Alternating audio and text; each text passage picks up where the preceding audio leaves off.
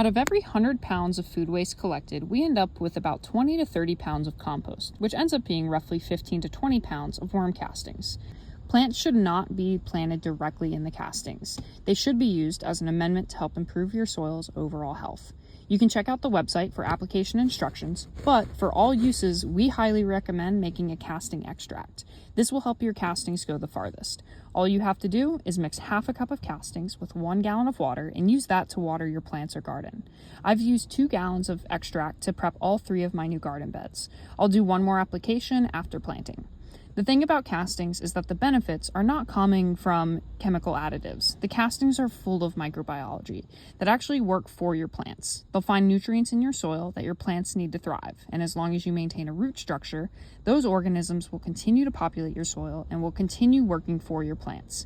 After even a single application, your plants will see the benefits of a healthier soil.